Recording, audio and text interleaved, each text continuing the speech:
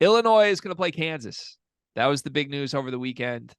Came out on Friday in a very nicely done video featuring Brad Underwood calling Bill Self. Bill Self, formerly the Illinois coach, will make his return trip to Champaign, and he will bring Hunter Dickinson with him for a charity exhibition game. This is an exhibition, to be clear. This is not a game that will count on either team's record. But I anticipate, Cart, that both these coaches will play this game as if they're trying to win this game. There will be tickets sold.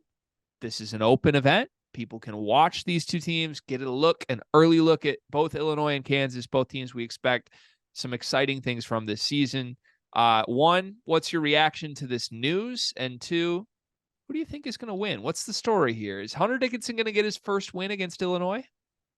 My reaction to this news, first of all, is I think it's great in general because I think it's one above anything. It's for a great cause with what's going on right now and with Maui. So for starters, it's a great cause. It's great that Bill Self himself in Kansas also is willing to go to State Farm Arena and play this game and play in the exhibition. So above anything else, I think it's really, really good for this to happen. Obviously, it's strummed up some energy as well on Twitter and in the college basketball world. I think that the arena will be packed and all eyes will be on this exhibition game, which will be great for the raising of funds that are needed for the people of Maui.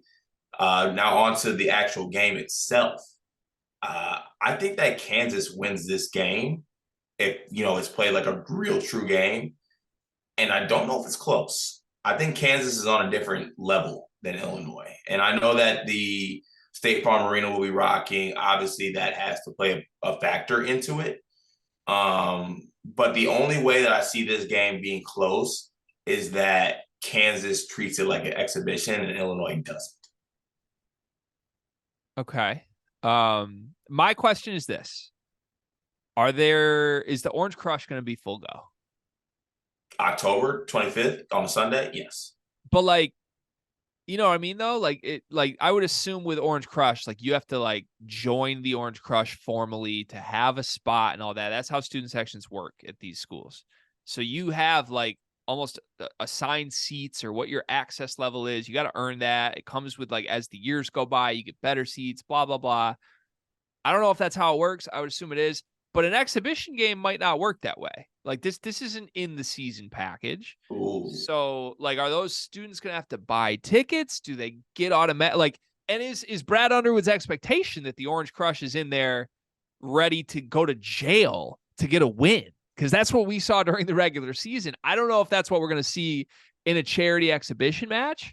So I'll say this, if the Orange Crush is full go and this is a sellout like a regular season game, I think Illinois might pick off Kansas because this is going to be the first real college basketball setting for Kansas.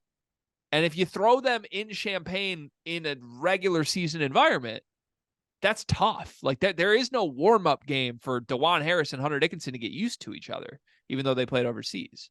Now, if it's just 50% capacity and we're here putting on a nice little show and raising some money and Brad Underwood and Bill Self are just in t-shirts and they're kind of joking with each other for the cameras, then Kansas is going to wipe the floor with Illinois.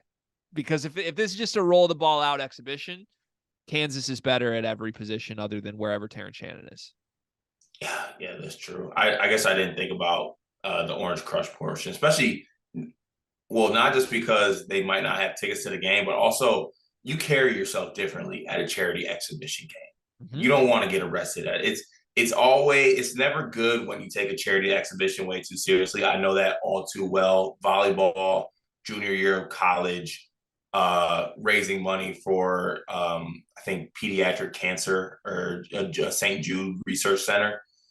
You basically play like the middle school kids in volleyball from around across the street. And I had the perfect most setup spike and I hit some little 11-year-old girl directly in the chest. And when she broke down crying, it ruined the mood of the whole charity event. But that was also for game. But you definitely want to take it a little bit easier in a charity exhibition game for sure. That's a fact. But that was also for game. Just broke me. I mean, it was. She got ice I up afterwards. had to do what you had to do. So the interesting element of this, like obviously it's cool. The most interesting reason I care about this at all, beyond just saying it's cool and that's it, is the Hunter Dickinson element. First of all, I can't believe in this announcement they like really gave Hunter Dickinson his shine. Like I can't believe Brad Underwood, when making this video, is like, I'm gonna name Hunter Dickinson by name and allude to the fact that we own him and also that my fan base hates him. Like the one that was hilarious. It was great content, but I just can't believe Brad Underwood gave him the respect to even do that. Like I'm trying to put, like if Tom Izzo was doing this event, which this is something Tom Izzo would do, like a charity event with like John Calipari or something. If he was doing this event, there's no way in hell anyone can get Tom Izzo to name Hunter Dickinson by name. Yeah, So I was rattled by that. I was shook by it. And then Bill Self, like the whole way they play that off was hilarious. Like Bill Self responding to it, like we're all addressing the elephant in the room that is Hunter Dickinson in Illinois. What's Hunter going to do in this game? Because Hunter has never beaten Illinois in his career. And now he's in a spot where he gets one final chance to play Illinois. It's at Illinois. And it doesn't count on his real record. So if he wins, the record books still say he doesn't have a win. But if he loses, this is the feather in the cap for Illinois fans for forever. Like you went to the number one team in the country and you still couldn't beat Illinois. How does Hunter approach this game? I don't think he plays this game. I don't think he plays. Oh, I don't think he plays. Yeah, and I don't know what for reason it'll be. It could be anything. It could be a tweak of something in practice, not feeling well. He's not going to play.